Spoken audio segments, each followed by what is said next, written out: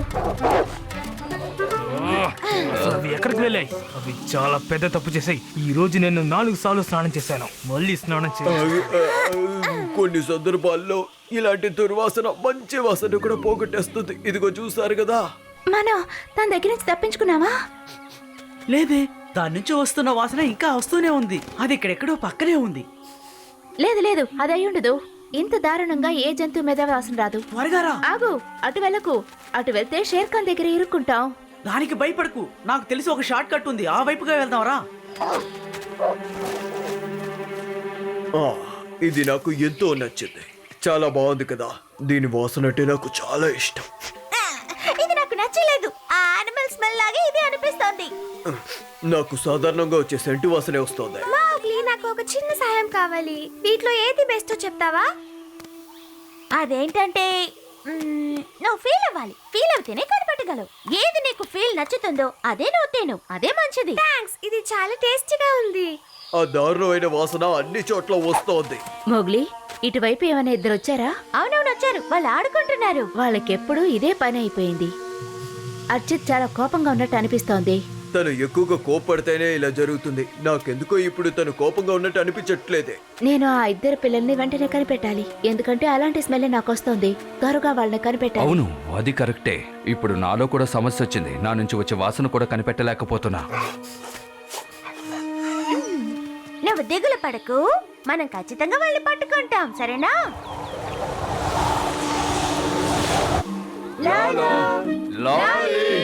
ఏదైనా మాట్లాడండి. ఎక్కడున్నారో బయటికి రండి. ఎటు చూడండి. ఏంటది? ఇదిగో.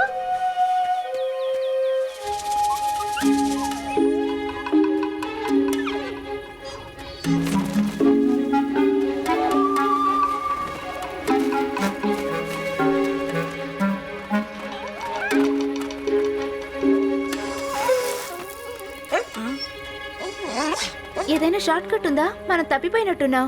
దీనికి నేను కారణం కాదు, అజితే దీనికి కారణం. అర్జిత, ఆటాడుతున్నావా? తను ఎంత దూరంలో ఉన్నాడో తెలుసా? అందుకే నేను ఇక్కడికి వద్దని చెప్పాను. మనం షేర్ ఖాన్ కి పక్కనే ఉన్నాం. ఈ విషయం తనకు తెలిసిందంటే మనం అంతే. ఇలా చూడు, నువ్వు అరిచే అరుపులకే తను మనల్ని కనిపెట్టే అవకాశం ఉంది. గట్టిగా అరవకు.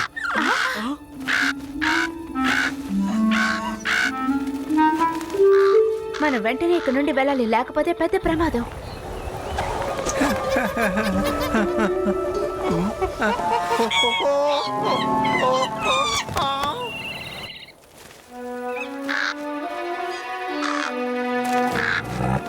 నేను ఇక్కడ ప్రశాంతంగా విశ్రాంతి తీసుకుంటూ ఉంటే ఇక్కడికి వచ్చి నువ్వు ఎందుకు నష్టపెడుతున్నావు? అంతా మీకు సాయం చేయాలన్న ఉద్దేశమే. మీకోసం ఇద్దరిని ఇక్కడికి ఎరగా తీసుకొచ్చాను. మీకు ఆహారం అవడానికే వాళ్ళు హడావిడిగా వచ్చారు. ఏమిటి, నిజమా? అవును. దీనికి బదులుగా మీరు ఇకపై నన్ను ఎప్పుడూ పనికి పిలవకూడదు.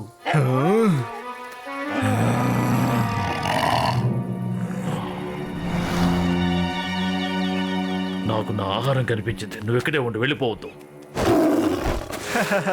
నువ్వు అడిగింది ఆయన ఇచ్చేస్తాడు అనుకుంటున్నావా? ఈ అడవిలో ఆయన ఎక్కువగా నమ్మేది నన్నే. అర్థమైందా? ఇలాంటి పనులు వేరెవరితోనన్నా చేసుకో, అర్థమైందా? ఓ అలాగా. ఇక చాలు టొబాకి, నాతో పాటు రా.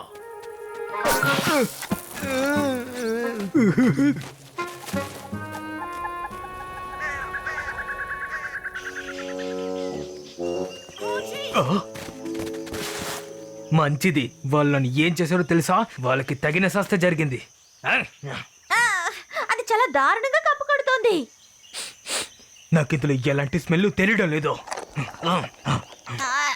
అయితే అర్జిత్ దీనికి కారణం కాదు.